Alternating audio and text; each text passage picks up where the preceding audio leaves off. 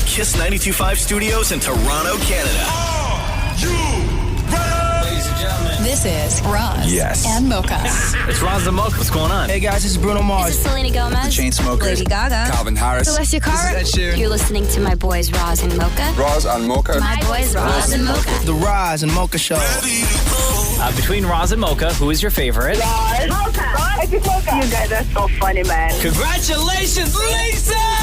Wow! You just won $1,000. That is amazing. Y'all just made my entire morning. Keep it up. You guys are awesome, man.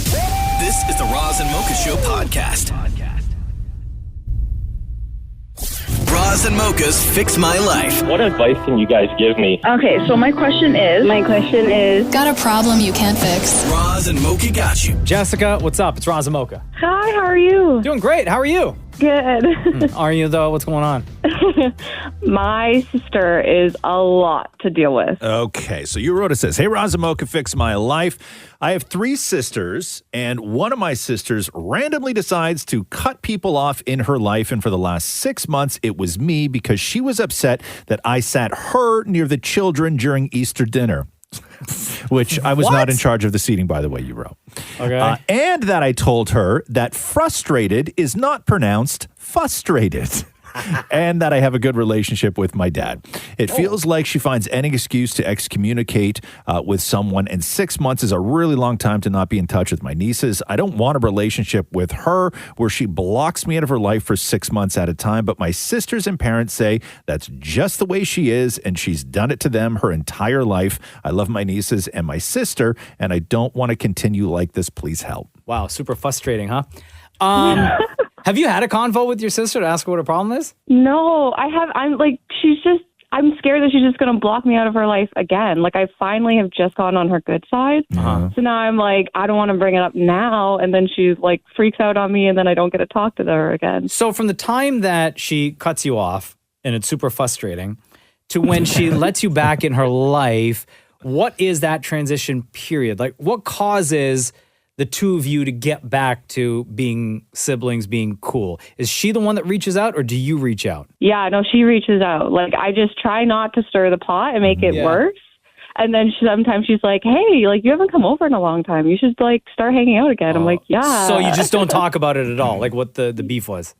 Yeah, no, we don't. I think that the rest of your family has figured out how to deal with your sister. And I just think that maybe you take it differently than they do. And it doesn't sound like she's wanting to do any sort of permanent cutting of ties. It just seems like she gets pissy and then decides to not talk to you to punish you for something, because that's the way she deals with things. And then eventually she just tries to erase the whole thing by saying, hey, we haven't seen each other in a while. Why don't you come over? And you go over and you hang out like nothing happened. 1, because that's your sister, and 2, because that's how you deal with your sister. Yeah. And like, that's what I'm supposed to do?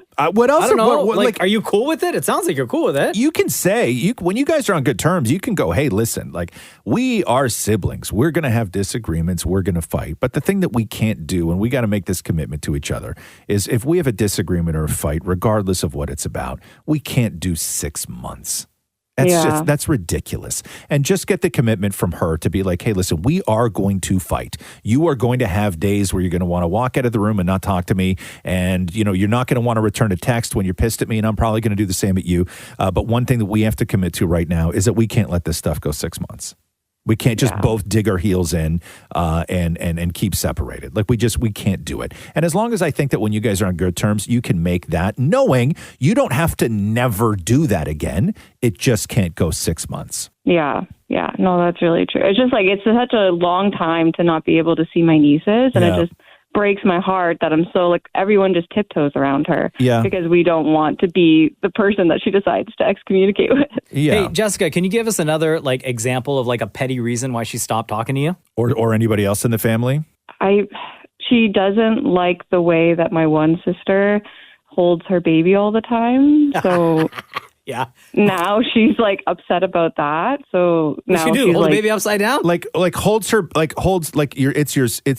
it's her own baby, or she doesn't like the way she holds your sister's baby? no, it's her own baby, but she's just like, oh my gosh, she holds like her all the time, and she's not going to be able to have a babysitter.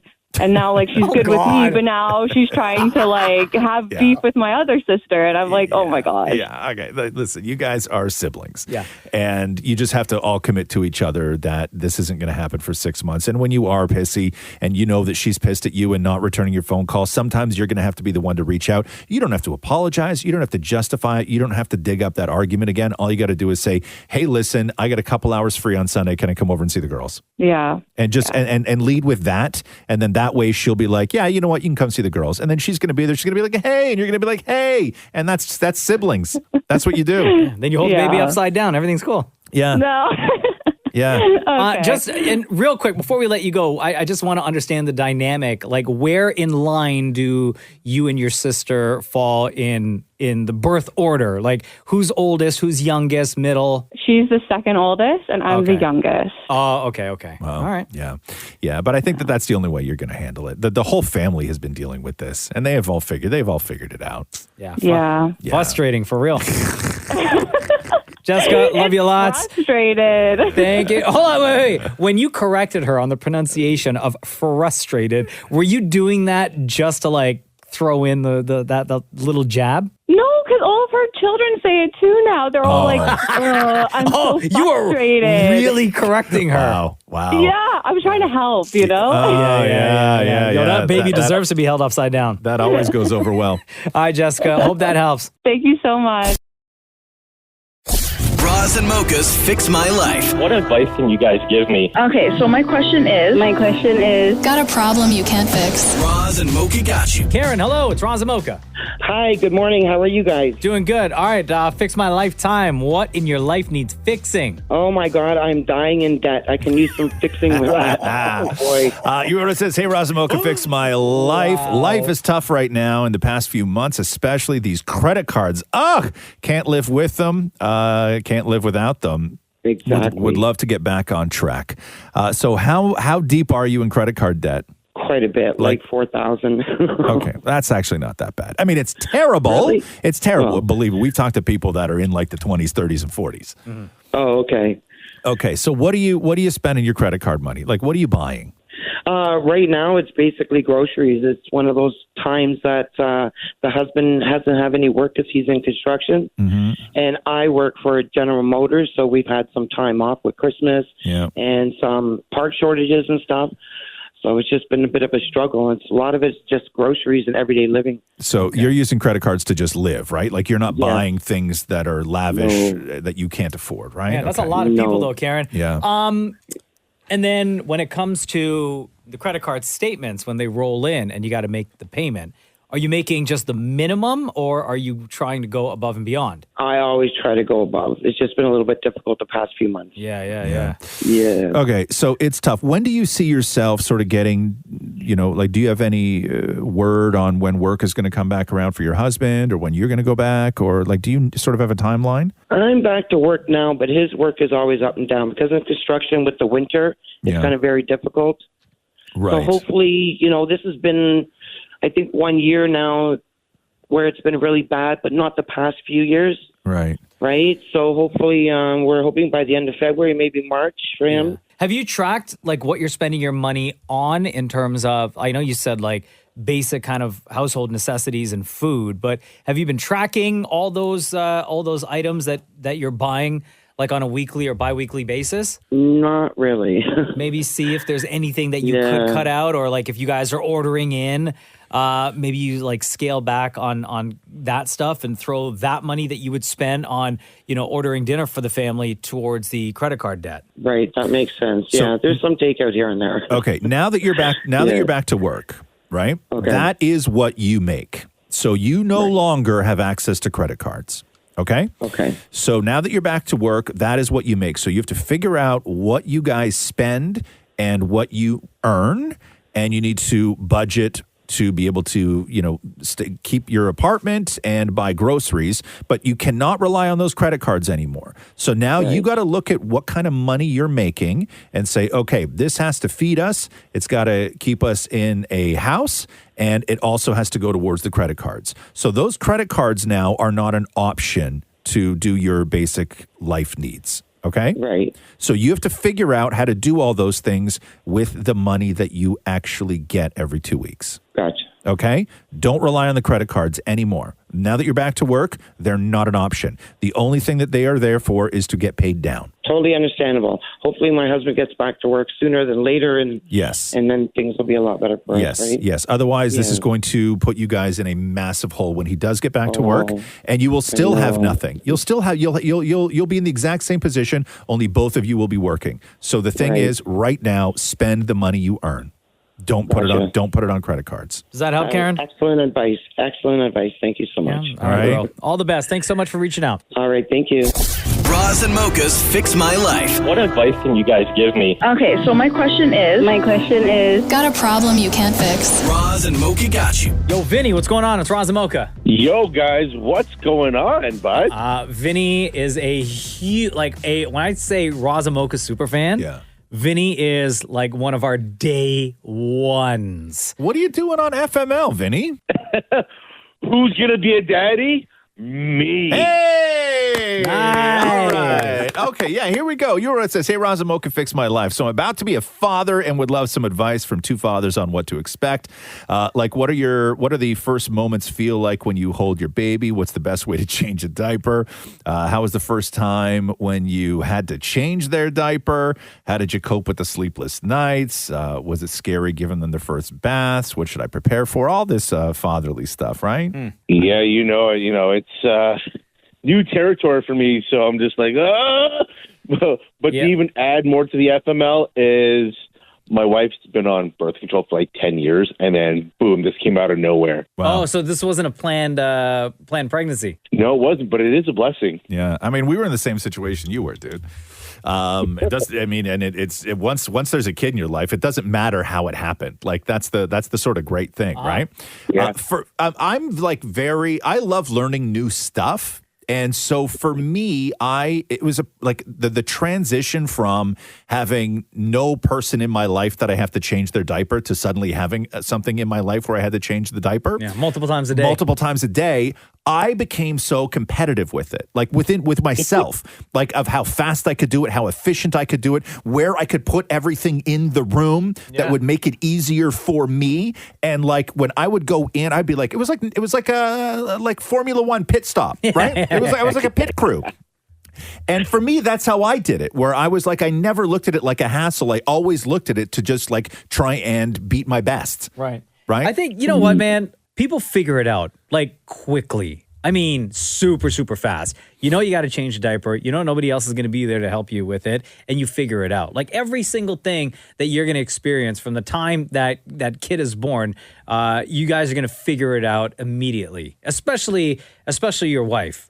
She'll it's crazy how women just by instinct, even with their first, they just know, man. They know. You guys are going to be good. Okay. Well, yeah, because I figured out there's sort of no playbook or a set of instructions ready to follow. You just got to go with the flow. Yeah, and here's the thing, though. You're going to get advice. You're going to hear things from, all sorts of people, right? Or you're going to ask for advice, and it's going to be either, a bunch of the same, a bunch of different things, and at the end of the day, it's going to be, what works for you, and you're going to figure out your own way, your own method, your own kind of style of dealing with things. But, honestly, you guys are going to be good. You're going to be good. All right, man. Thank you for that. The sleep thing, that's a different story. There's no getting around that, right? But I think that you'll find out what kind of person you are, because I think there's two kinds of people when it comes to babies. Those who are bothered by screaming and those who are not. I fall into the category of it never bothered me. I could do anything with a screaming baby in my arm. Like I could cook, I could still sit there on my computer, I could do all of that stuff. Like it never bothered me. I was never like, the kid is screaming, I have to get her to stop screaming, and then I'll be able to concentrate on something else. Like it never bothered me. Where I know other people who had kids where it was like that then became the mission, is to try and figure out why the kid is screaming and get it to stop screaming so you could continue on doing what you needed to do, right? Yeah.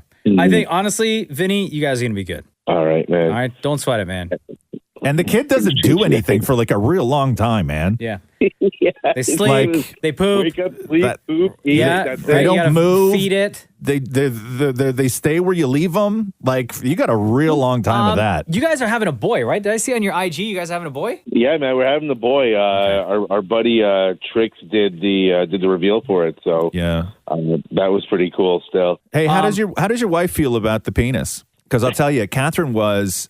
We thought at one point we were having a boy, and she was quite nervous about it. Yeah. Because she didn't want to have to clean poo off a penis. Oh, right. Like where she was like, that's sort of gross to her, right? Like she didn't want to look at a penis as anything other than, right? And then having a boy changes all that, right? Sure. Suddenly you have to mother a penis, right? Like you're in charge. you You're in just deal charge with of it, it, man. I know you just deal with it. She was nervous because she didn't know Go how in and she deal was with going to it. react. Got it. She may have just been fine with it, but she didn't know. That was one of the sort of big mysteries.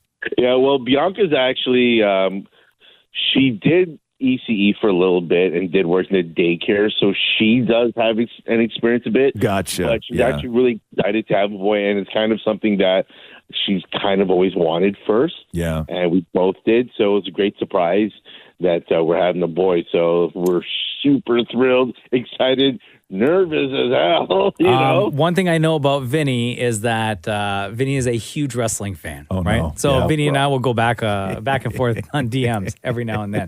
Vinny was actually at that wrestling nightclub the other night. Were you? Kicking it with Maria and Shem. Yeah.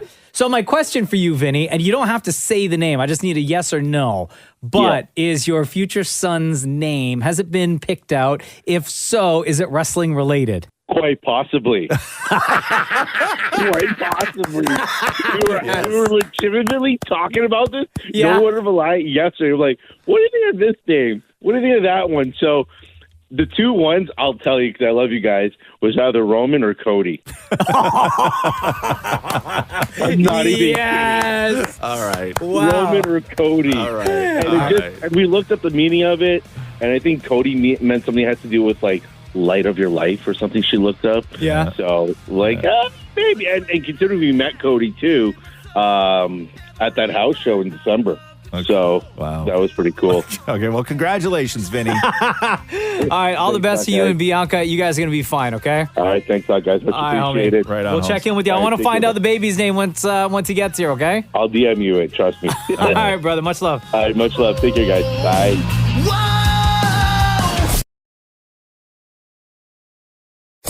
Roz and Mocha's Fix My Life. What advice can you guys give me? Okay, so my question is, Got a problem you can't fix? Roz and Mocha got you. Natalie, girl, let's dish. It's Roz and Mocha. It's Fix My Life. Why are you here? Good morning. I am here wondering how I can live in a house with different music tastes. Natalie, you wrote this. Hey, Roz and Mocha, Fix My Life. My 12-year-old daughter has been searching for a passion. Her friend brought her to a Megadeath concert, and her love for guitar and metal began. I now have a 12-year-old trying to put on dark black makeup and rock out. Fine with me if that's what she wants, but how do I put up with this? I'm a Britney Spears and NSYNC type. Oh my God. How do I help her on this journey when I couldn't be more of a polar opposite? Natalie, but isn't that like how things go? Like your musical tastes are always going to be completely different from your parents? I think so. I mean, my parents were 60s, 70s, that country pop style. Okay. So what bothers you? I'm more the mainstream. So what bothers you? Is it the fact that she also doesn't like more of the poppy stuff, or is it that you don't like that hard metal type music? She is my only daughter, and I have no idea how to relate. So none. We're in another shift right now. There was a good 15 or so, 20 years when millennials were younger and some of the millennials were old. Like where what happened was there was a period of time where parents and kids were listening to the same popular music. We never had that when I was a kid. You had times where kids would go into school and they enjoyed the same music as their teacher. They played the same video games as their teachers. They had a lot in common. And that was a good 20-year run, right? Now we're out of that again. Now you're seeing that kids are finding a bunch of stuff through social media and everything else, and the parents just can't relate. And what a lot of kids are finding is older stuff. My kid finds older stuff all the time. Now, Mocha, just in case you're curious as to what her 12-year-old daughter is into, if you could turn me up for just 1 second. I don't know anything about... Who is it, Megadeath? Megadeath. So imagine you are a Britney Spears NSYNC fan, and your kid is into this. Okay, not too bad so far. Not too bad. Oh, okay, yeah. Oh, this is the road we're going down? Oh, wow. My thoughts exactly. Yeah. Okay. It's hard to live in that house, though. Yeah. But and when you hear that all the time. My dad was not really into music at all. I think maybe he had like a couple big band records, like Frank Sinatra stuff. And I was into this when I was a kid. Yeah. Like me and your 12-year-old listened to the same music when I was 12. Right? Honest, her personality reminds me of you. She's hilarious, but she just like the stuff that comes out of there. Nothing that I'm enjoying. The only thing I can say is that you have to make peace with it, right? You have to make peace. Headphones are a good thing. Buy her a guitar, do all that stuff. Encourage her. But I will say, just from hanging out with metal kids when I was a metal kid, metal kids often in high schools are like the smartest, closest knit, loving, accepting people that you're going to find in any sort of peer group. So don't let the music sort of judge. I mean, if she wants to wear dark black makeup at 12, I mean, I don't know what you do about that. That's a mom sort of decision. That's not a real musical decision. What were you like at 12 years old, like with your folks, and like the topic of makeup came up? I was more of a tomboy. I played sports. I took that route. So even my mom and I mean, we didn't see eye to eye. My mom was not the physical sports type. Yeah, see? So we had our differences. Yeah. It's the cycle just keeps happening. It's just like a different thing right now. Have you thought, Mocha, what you would do if your boy grows up to have just a completely different taste of music than you do? Not really. No? No. But I'd be fine with it. Are you trying to influence? No, like there's music playing all the time in our house, right? And it's a big mix, mainly like pop music. Gotcha. And if I ever am listening to like a hip hop album, one that I really, really like, I will go and find like the clean version of it. Okay. And play it. But like listen, when I was growing up, my thing was like hip hop, R&B, dance hall, and I used to play it like very, very loud at home. And it was not anywhere near the kind of music that my folks listen to. Maybe like some of the soca stuff was more in line, but it was like very aggressive hip hop, right? Much like this aggressive like Megadeath that you're listening to at home, Natalie. I'm sure my folks weren't, pleased, especially with the amount of curse words and stuff, right? Yeah, because you did not have the clean versions of those. No. Who wanted the clean versions of those back then, right? No, thanks. But listen, it all worked out. Listen, your kid's gonna have different tastes and different things, and you just gotta live with it. You gotta encourage, and you gotta be cool with it. Okay? Is she a good kid? Oh, absolutely. Yeah. That's all that We're matters. a changer for the world. You proud of her? Absolutely. Yeah, you think you're a good mom? I mean, I let her go to Megadeath. Yeah. No, you're right. My parents let me go to Megadeath when I was like 12, 13, 14 as well. But yes, if you're proud of yourself and you're a good mom and you got a great 12-year-old on your hands, Megadeath is not the end of the world. I guess I'll take it. Yeah. You're gonna be fine, Natalie.